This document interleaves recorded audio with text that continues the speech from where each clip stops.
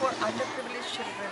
I started it about 13 years ago with 7 students, and my experience is that even if you don't have any resources, if you have the will and the dedication to do certain things, you can without any help. Help comes to you by itself. Like, positive forces attract positive vibes, positive forces from all over. And we've had no difficulty. Presently, our school has a strength of 525 students, and all of them, mind you, this is without resources, all of you are getting free education, free midday meal, free basic medical care, books, stationery, whatever they need, comes to them free, and it is all because of the people around and the positive forces and God's grace, that is showered on us. I like this idea of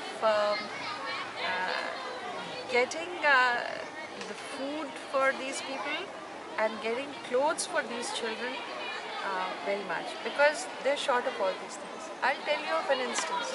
When I started, a child came to me, a 6-year-old, just a small kid. He was wearing a full-sized blazer. Apparently that was given to him by somebody, and that under that blazer he was not wearing anything. There was another child who came wrapped in a sheet of cloth, and that was all that he had on him.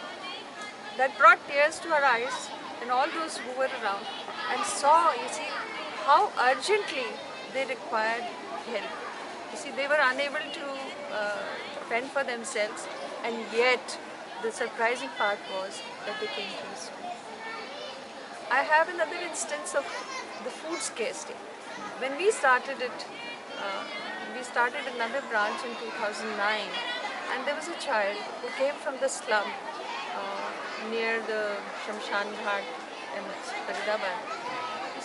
That child, he had no parents. He was dependent on other people living in that slum who didn't have much to share.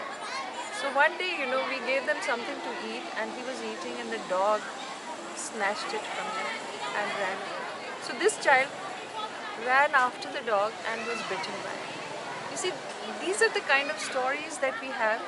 There were other children in our school who didn't get enough to eat, who would go and shoplift.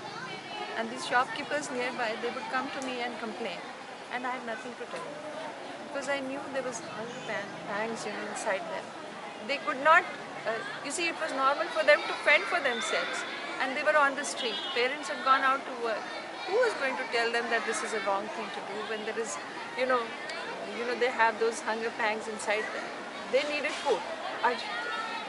So I really laud this idea, and if this can be put to practice, it will be just wonderful. It will really be a great service to the cause of these people.